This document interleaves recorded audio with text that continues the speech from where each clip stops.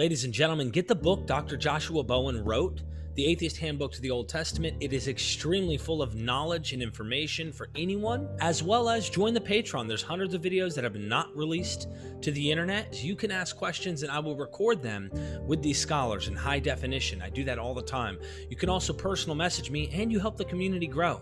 Thanks a lot.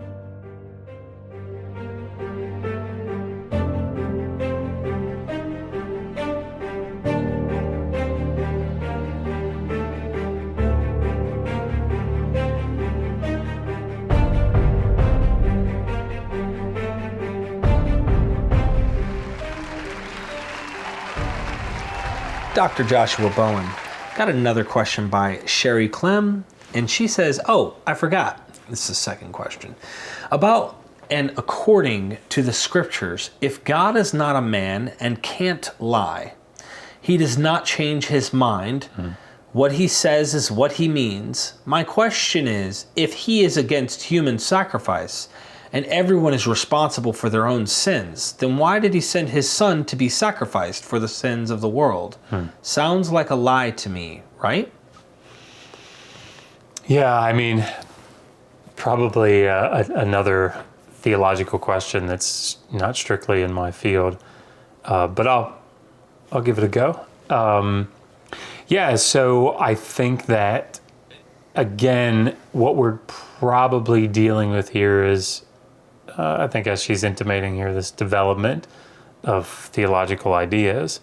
So again, I think Paul is probably looking back at the data points, right? He believes something about who this man was. He has concluded something, and he of course, knowing the Hebrew Bible and trying to make the pieces fit, right, with what he sees, what he knows. You just like quoted a Tool song, by the way. Really? I think, trying to make the pieces fit. I don't know why that came to mind. You know Tool, heavy metal. Yeah. Schism, they do the song. I feel like there's a song that I know from them. I probably just like... I don't even know why I did that. Probably just turned off half your patrons. Sorry about that. It's okay. He doesn't like Tool? Tool? What? Mysterious heavy metal band in the 90s. Anyway. Yeah.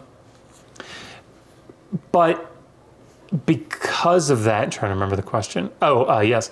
So because of that, again, if you've got to make an omelet and you only have, these ingredients, but you have to make an omelet, even if you've got gummy bears and pancake batter, and somebody says you have to make an omelet, guess what? You're using pancake batter and gummy bears to make an omelet. And I think that's what's going on here with the Apostle Paul. So he's got Jesus, and again, not my field, so nobody should take what I'm saying here or take it with a grain of salt.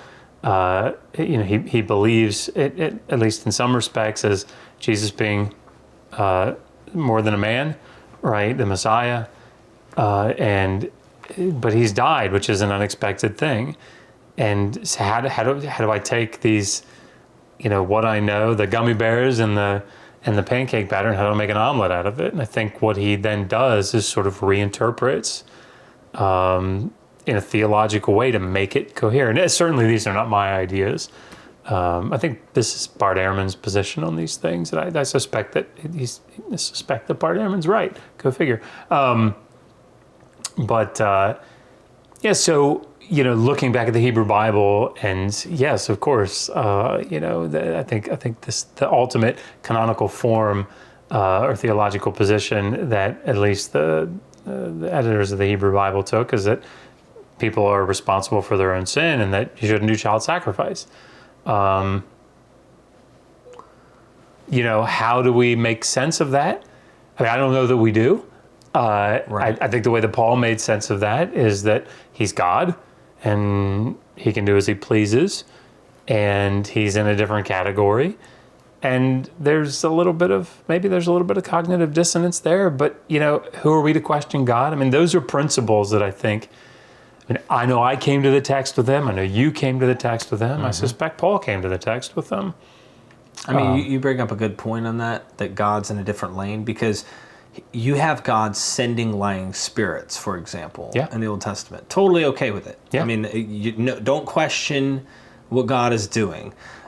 He does a lot of good things according to the narrative for the Israelites. He does a lot of bad things, it looks like, against his own people for being disobedient or whatever. But my point is, you kind of can do what he wants, however he wants. But the New Testament, James seems to say there's no shadow of darkness, these type of things. Like, he does all good. And I wonder, once again, back into the evolution of her question of where deities come from, God starts to change. He takes on a more all-powerful, almighty view. But even Paul's like, who are you, a man, to question God? You know, cannot God do what he wants? I mean, we see this, and again, John Collins is the person to talk to about this, and I think you guys actually did talk about it. But I mean, this type of dualistic approach, God starts to develop, because it's like, you know, this ancient Near Eastern theodicy of we have evil in the world. I mean, it was a real problem back then, both in the Hebrew Bible and in the ancient Near East. And as, you know, I think time goes on, and particularly in the apocalyptic genre, that aims to answer that question, that problem a little bit, where actually evil is a real serious force. And this sort of dualistic approach, the good has to battle with the evil in that more narrow sense. So yeah, I mean, I think theological positions, you know, they develop. I mean, we know that they do. And so I think being able to see that that type of separation, and exclusively putting evil over here and God being more virtuous, you know, or omnibenevolent over here, I think that at least laid the groundwork for that. I think it's complex, though, the question she asked about Jesus in particular, and I don't know if anyone has the answer, but I do enjoy like thinking in ways like Bart Ehrman talks about. If, let's just hypothesize here, if Jesus was a guy on earth and unexpectedly he gets killed. Yeah. I mean, like, let's say Mark's words where he says, my God, why have you forsaken me? Let's just say this is complete despair. I mean, the original, closest to the original, if you will, or like something that's the earliest we have, Mark. Here he is, shocked, right? If that's the case, we do see implications in the narrative that he expects to die.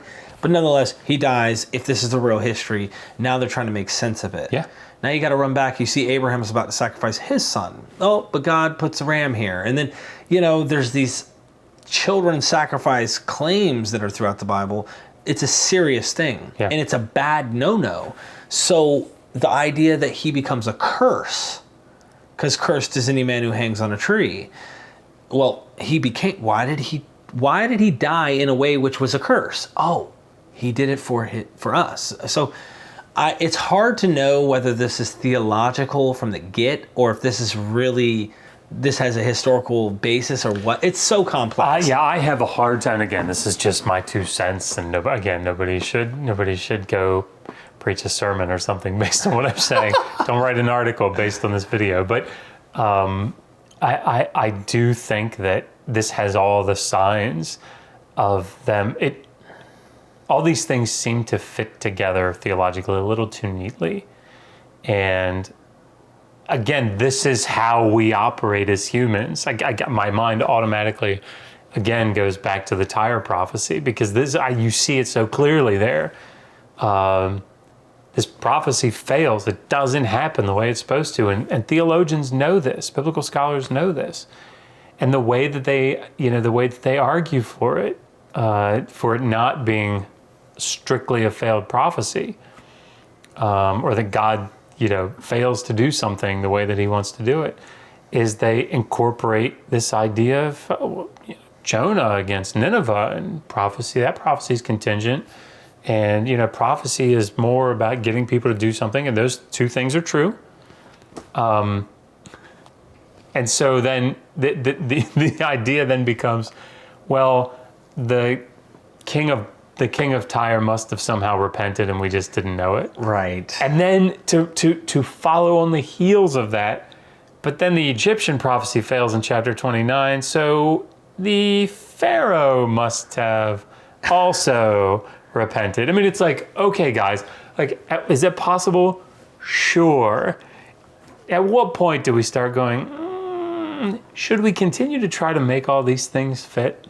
That's a good point. And I think we do that no matter what. Yeah. So trying to make sense of Jesus's death, burial, resurrection, and how it's been interpreted, it's complicated. I mean, this could be that what was expected didn't happen, and now we have this, if you will, grasping at Old Testament narratives, trying to make sense of something, regardless, if you will, irregardless of it making sense in Hebrew culture. Because here we're in a first century context too, so they're like, I don't know. Well, I mean, it's irrelevant, I think, to, in a sense, to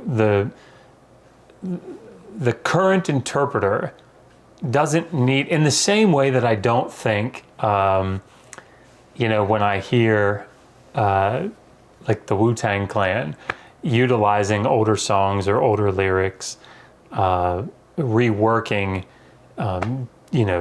literary themes, or old sayings, they don't have to fit the original context.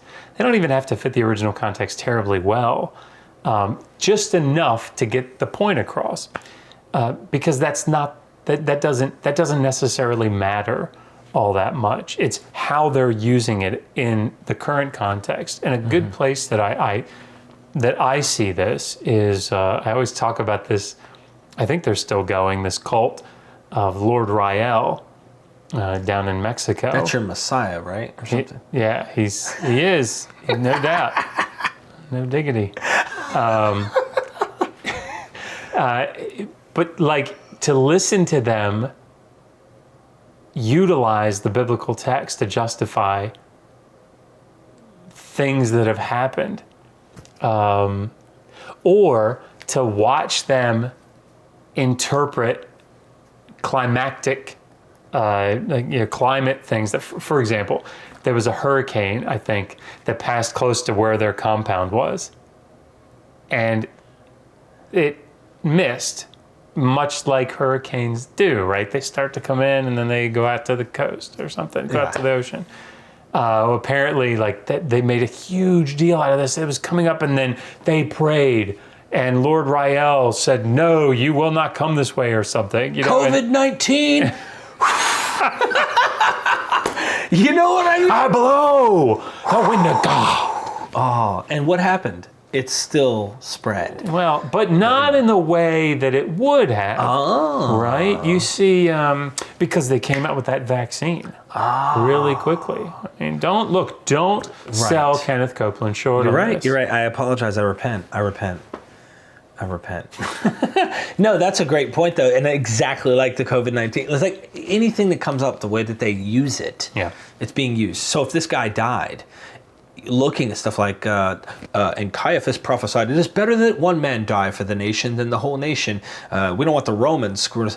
That seems like that could have some legit basis to the idea of like, let's get rid of this guy. I mean, there's this hint to that. So anyway, I think you're right. Like one analogy that I'll give, and then I'll stop. But like, if you think about a baseball catcher, right? He's got his glove here, and I used to catch. If you throw the ball and you don't hit the glove, like if it's not coming, he doesn't have to keep his hand there, right? He can move it. And have you ever seen a catcher?